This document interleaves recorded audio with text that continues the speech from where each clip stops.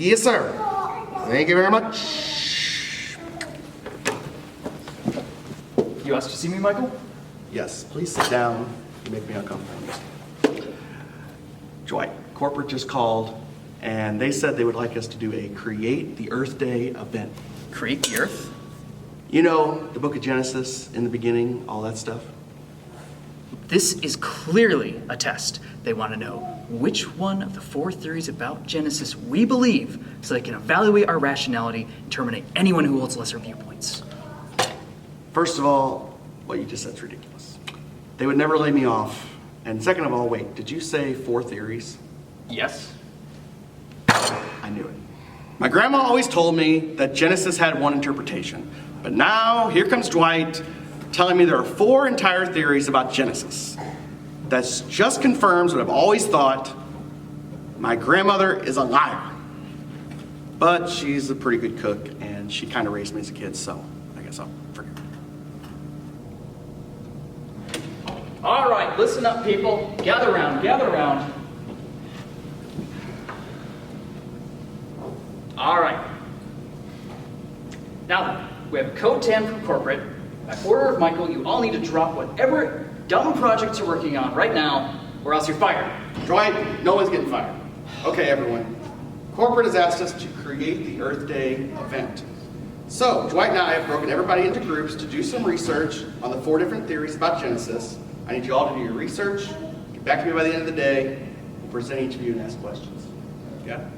All right, your assignments. Jim and Pam, you will be handling young Earth theory.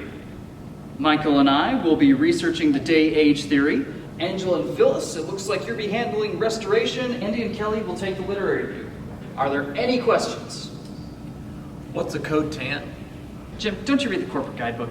Code 10 is an emergency request from corporate that requires immediate attention. Oh, you must be referring to the old guidebook. Yeah, the new edition of the complete guidebook has that as a code flannel. 10 doesn't exist anymore. Don't be ridiculous, Jim. Let me see that guidebook right now. Actually, can't do that. Section 113.8 says that guidebooks are not to be shared among employees. Michael? Settle down, both of you. We have more important things to worry about here. We have to settle the Earth. Okay, people, now let's split up and get to work.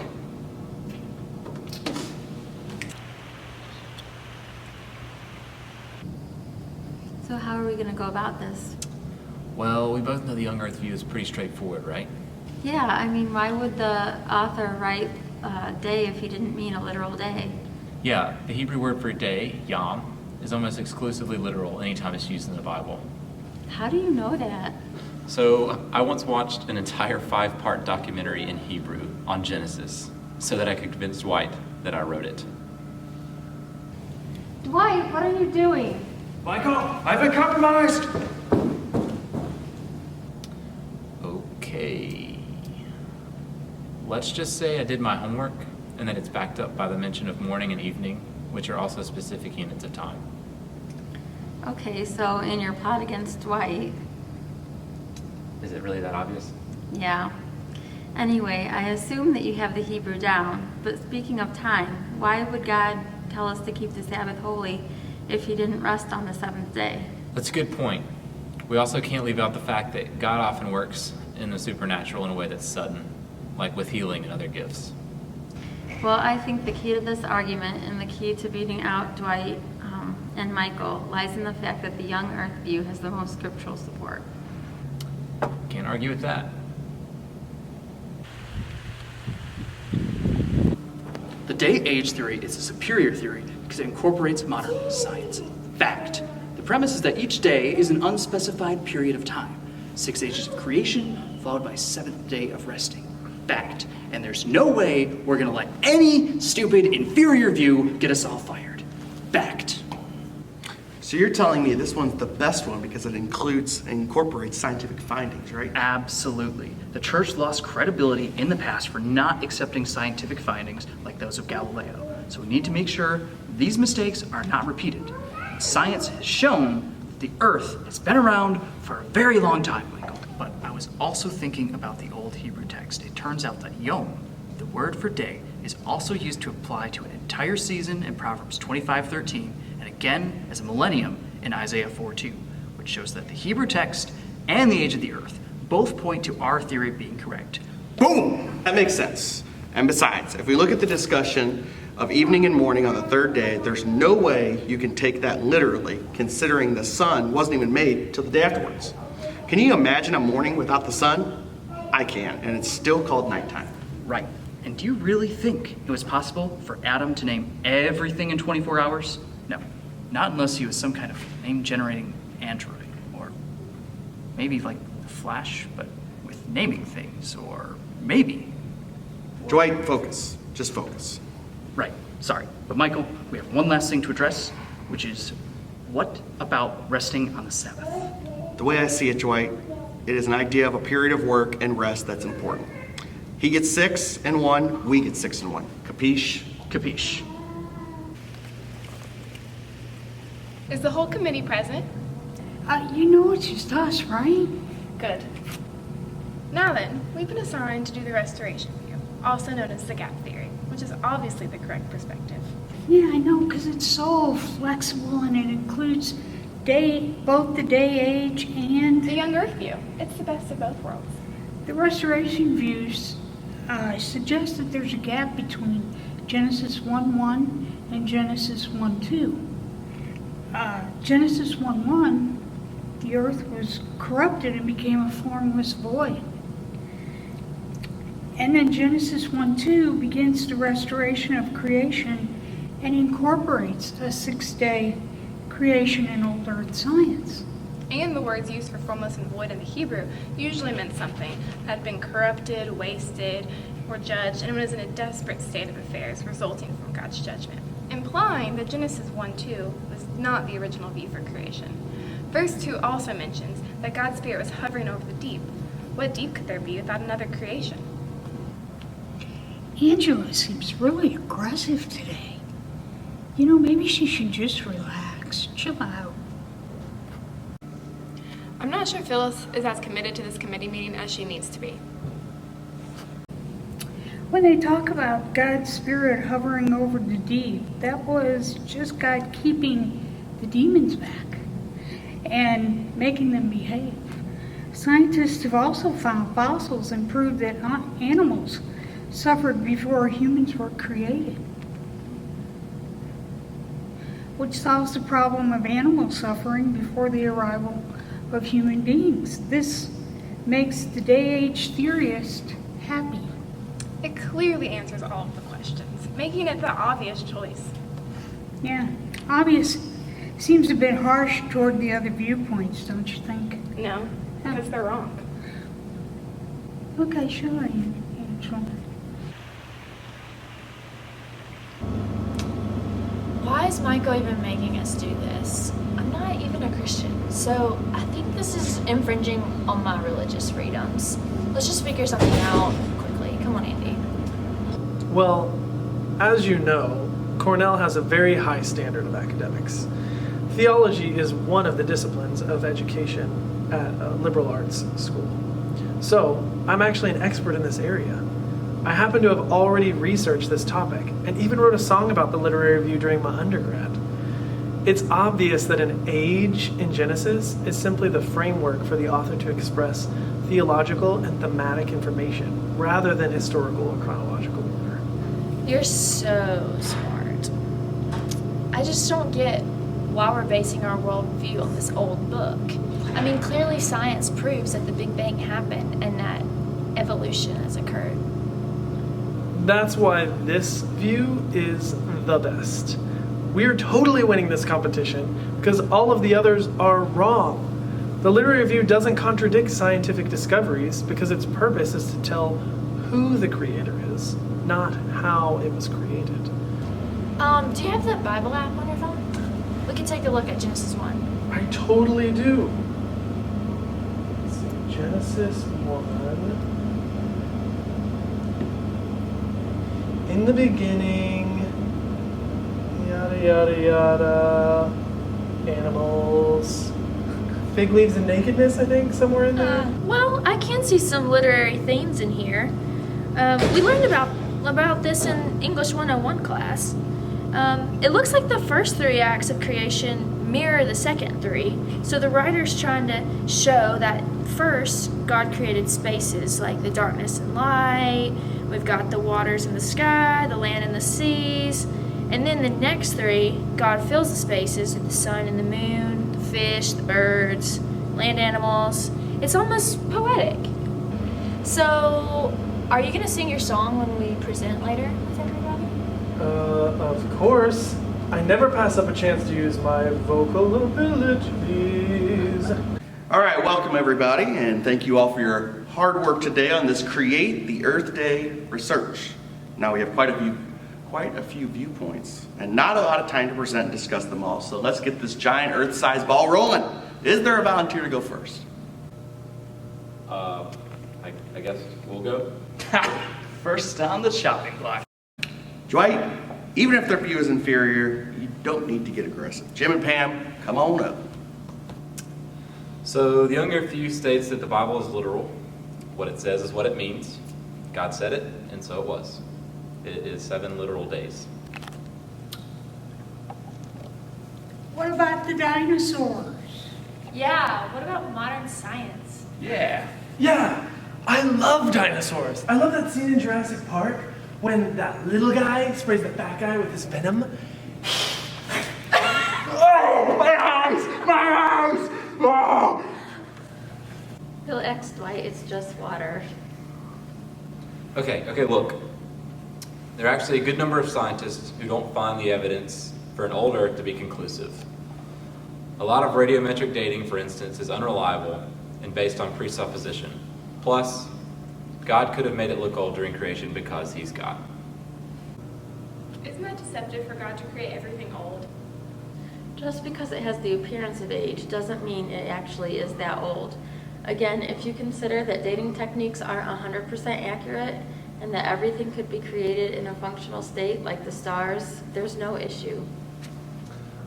Speaking of the stars, the sun wasn't created until the 4th day, so how does that work in young Earth view? Explain that one, Jim boy. Okay. Well, if you look in Scripture, light was already created, but it was just modified on the 4th day. Okay, as much as I like Jurassic Park, that's all the time we have for both of you. So, thank you for amusing us with your viewpoint. If you could sit back down, me and Dwight will now determine and show you what is the actual view.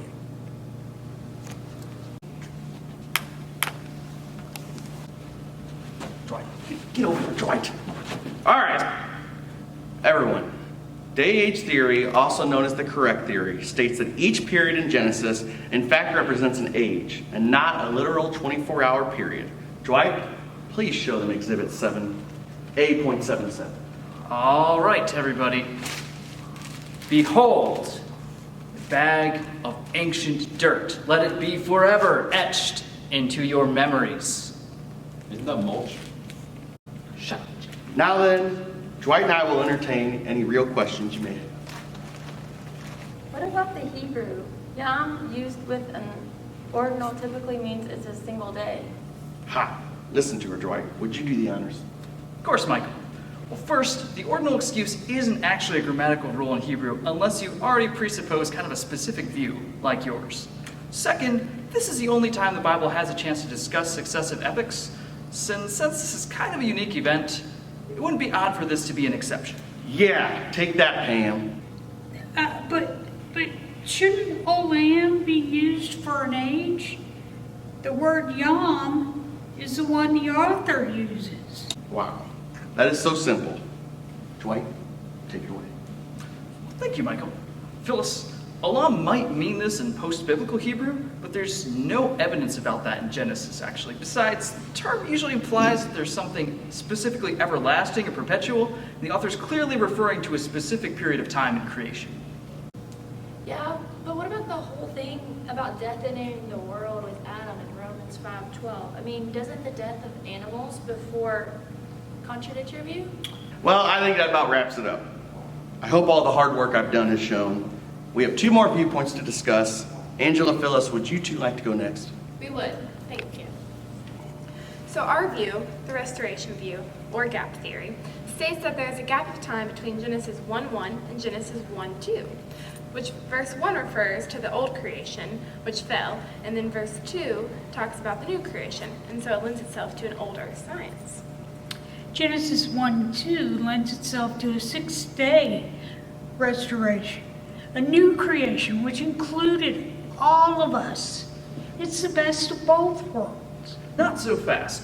See, it's common sense that fossils, our best record of past evidence, couldn't be present if God pounded the earth into a formless void, especially if he did it properly. Dwight, please. There have been plenty of global catastrophes that have left fossil records. God isn't as psychotic as you are, even when he's judging the earth. Isn't this whole distinction based on circumstance and the distinction between create and make? Those are pretty interchangeable terms. If you look at this from the standpoint of a specific passage, a shift in language is almost always significant. The create language is used for human beings. The make or form is used for other things. Something that would be pre-existing. Yeah, whatever. Andy, Kelly, go ahead and bring up the old caboose. All right, so I don't think things need to be that complicated. So I have prepared a little ditty. Have you, that Kelly and I are gonna perform for you guys today about the literary view of creation. Kelly? 1, 2, 3, 4.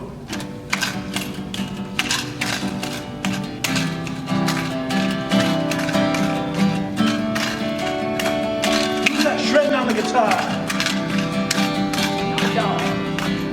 In the beginning, God created the heavens and the earth. But it wasn't literal. No, it was a framework as a counterpoint to the other views. So when God said, let there be light, it wasn't literal. No, it wasn't literal. It was not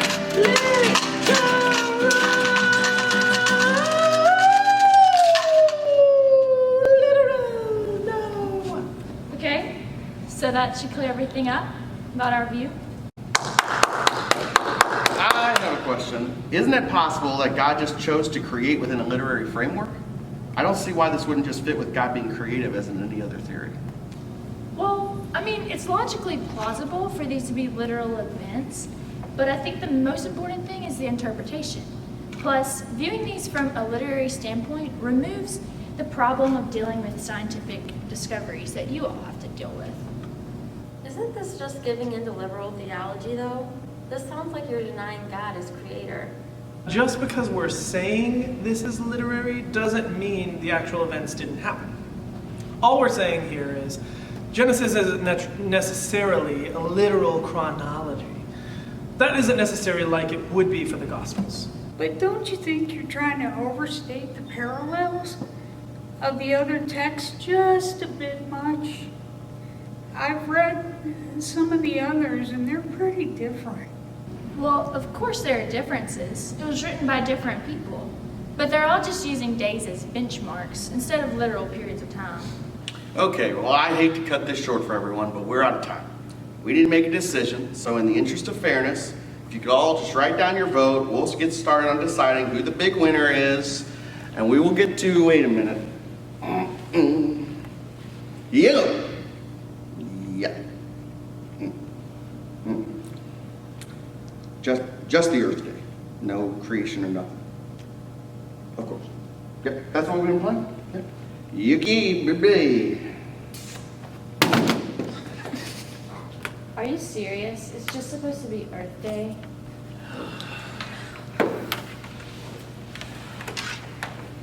Wait, meeting's not over yet. Okay. Good work.